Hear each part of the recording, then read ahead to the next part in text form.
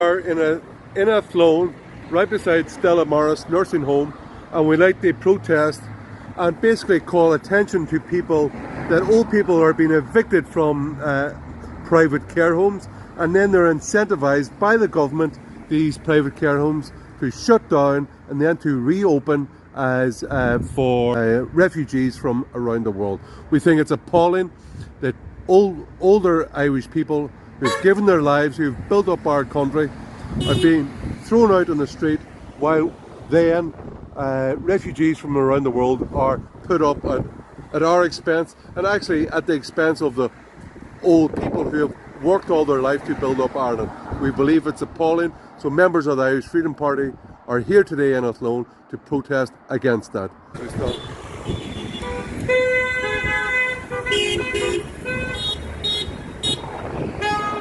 There's plenty of support among the people of Athlone for our stance to keep the old people's homes open and put the priority for Irish people. As I said, we cannot house the world before we house our own. It's army boys, fair play, good soldiers.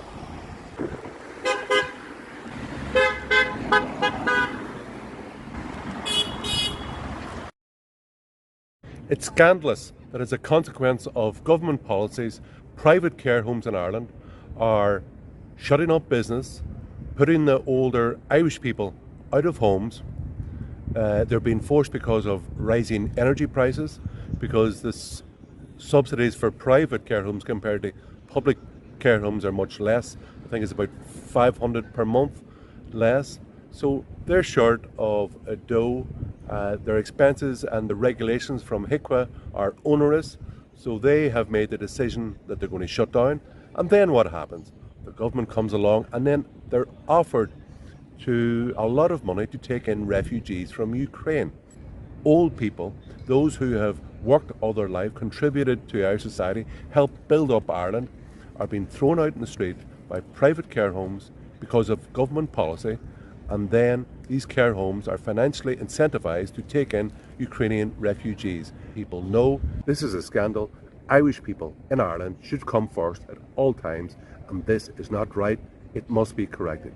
My name is Hermann Kelly, President of the Irish Freedom Party.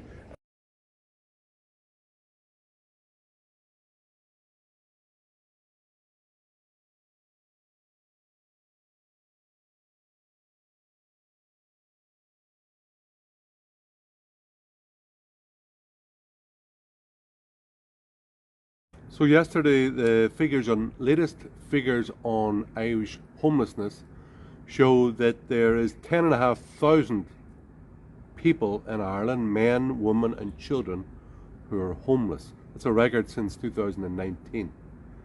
At the same time, the government, through its free choice, has introduced almost 50,000 refugees from Ukraine, or people who claim to be from the Ukraine, although maybe it's not where they got their suntan from by the looks of it. And then on top of that, 10,000 people who are claiming international protection, which is refugee status. I'm in Letterkenny at the moment, at a petrol station there 2 nights ago, and asked these guys where they're from. They're Roma, about 12 guys, all about 19, 20, 21, all Roma. They're in Ireland. There's no war where they're from. They're here for the welfare benefits. They're here for the free housing. They're here for the easy life, for their no non-contribution to Ireland. They're no asset to our country. They will be a great liability. As we can see where I'm from, in County Louth, there was a guy there, a Slovak Roma, who had raped a girl of 14, spent 2.5 years in jail in the UK, and then came to Ireland. Why did he come to Ireland? Because his mother, Slovak Roma, had been given a free house, 3-bedroomed house in Mid-Louth, and he came to live with her, even though he was up to be deported from the UK. But anyway, back to our situation at the minute. Ireland is obviously full. There's 2.5 students in September will have nowhere to stay, no accommodation available, because they are full of Ukrainian refugees. Irish students should have priority over any of these people. We got to get the message out that Ireland is full. What is taking place in Ireland at the minute is tantamount to a second plantation of Ireland. We had the plantation of Ulster in the 17th century. We're still bearing the consequences of it. None of those consequences are good. All it did would it led to constant conflict, which is still ongoing today, and we would be incredibly naive to think that our population can go up by almost 20% of our population can be made, 17 to 20% of our population can be made up of non-Irish nationals, and yet there's not going to be any hassle, because when resources are scarce and the population is big, well, there's conflict over resources. And in matters of education, of housing, and in medical care, they are all limited resources which are provided for by the Irish taxpayer.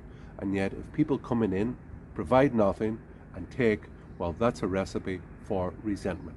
So we've got to make clear to all the politicians out there, by the way we vote and by the way we interact with these politicians when we meet them, we got to make clear that Ireland is full.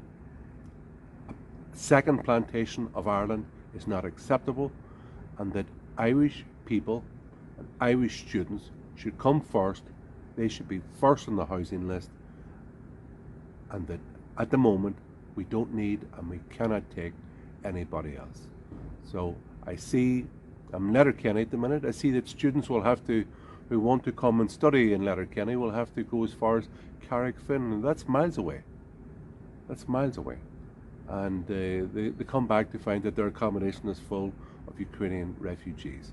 Well, that's just not acceptable. We've got to say, Irish students first. Ireland is full. We've got to look after Irish people. Gora Margaret, have a great evening, and I hope you and your family are keeping well. I'd ask you to do us a favour, to give a like to this video, to make sure to subscribe to the channel, and also share it with your friends and your family, so we get the message out that Irish people should be sovereign in our own country. Gora Margaret.